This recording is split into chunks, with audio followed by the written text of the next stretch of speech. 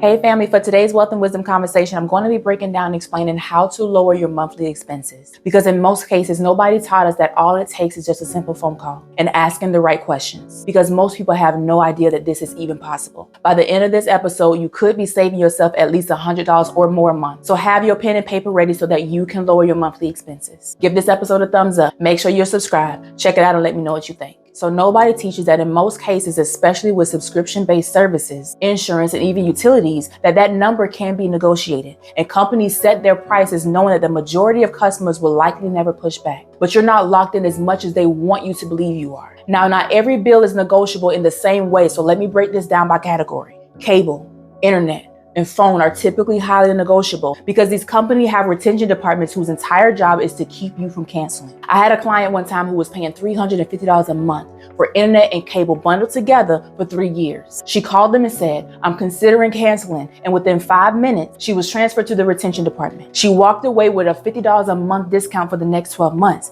That's $720 in savings she almost didn't bother going after because she assumed it wasn't possible, and all it took was a phone call. See, if you've been a customer for at least a year, you almost certainly qualify for some type of loyalty discount, a promotional rate, or at least a better package at your current price. Car insurance, very negotiable, and people oftentimes set it and forget it. But insurance rates are constantly changing, and companies will often match or beat a competitor's rate just to keep your business. And many car insurance companies have online defense driver courses that you can take for free. Take the course, submit the completion certificate to them, and they'll apply a safe driver discount to your policy. And if you work from home, you're not commuting as much as you would be if you were driving to work daily. See if they have a low mileage discount for you. So when you call and say, "I'm doing a review of my insurance costs, and I want to make sure that I'm getting the best rate possible as a current customer. Can you review my policy and let me know if there are any discounts that I'm currently not receiving? Do you offer discounts for bundling? Do you offer discounts for going paperless? Do you offer a discount for a clean driving record? Do you offer a discount for paying annually instead of paying monthly?" So you may find discounts already available to you that nobody told you about. But just by you picking up the phone and asking the right questions and initiating that phone call, discounts and promotions may be available for you. If you have high medical bills, some of it can be negotiable as well. Almost nobody knows about this. If you receive a large medical bill that you can't pay in full, call the billing department and ask them, "Is there a cash paying discount if I pay in full today?" Or 2, do you have a payment plan with no interest? See, most hospitals and medical providers have both options available, but they don't volunteer that information.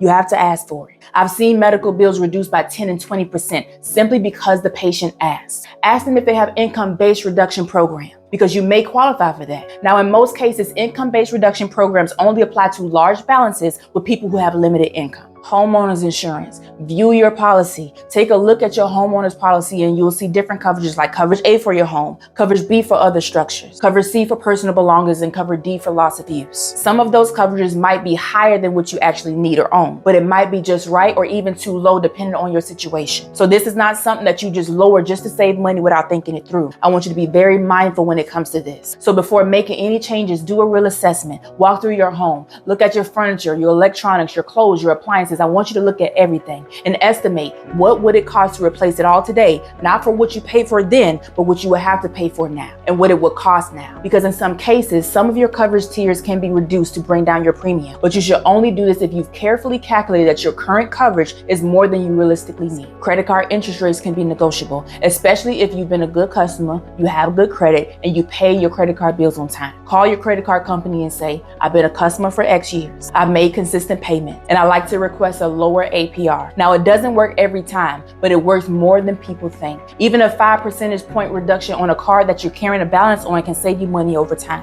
For cable, internet, or phone, ask to be transferred to the retention loyalty department. That phrase alone gets you to someone that has the power to offer discounts and promotions. When connected, say, "I've been a customer for X number of years. I've seen some competitive offers in my area and I need to understand what options are available to me as a current customer before I make any changes." Then stop talking. Don't be aggressive and don't be rude. Be confident and poised. Let them answer the question because they'll often lead with an offer. And if they don't offer something meaningful, you can say, "I appreciate that, but I need to bring this bill down at least $20 to $30 a month. What else can you do?" See, sometimes having a specific number in mind may work better than asking a general question, but you got to be open to trying new things. Gym memberships, subscription services, and annual fees are always worth calling. And if you're considering canceling, they will often offer you a pause, a reduced rate, or a waived fee just to keep you. Because here's where you start seeing impact. Negotiating one one bill is good, but negotiating 5 bills is a completely different level. Because let's say you called your internet provider and you were able to save $50 a month. You call your car insurance and you were able to shave off $30 a month. You negotiate your medical bills and you were able to save $40 a month by putting yourself on a payment plan. You called your homeowners insurance and you were able to save $300 on your annual premium. And you canceled 2 subscriptions that you forgot about or that you were barely using, and altogether it was charging you about $30 a month. That's $175 of freed up income every month. That's $2,100 a year just from being intentional, just from slowing down, looking at your numbers, meaning looking at your monthly expenses, taking the time to educate yourself and making productive phone calls while being informed. That's $175 or more for some people. That can be redirected to their high yield savings account so that they can build up that emergency fund, or redirected to paying off their consumer debt faster, because you can either use that to pay more towards your principal or to pay above the minimum payment.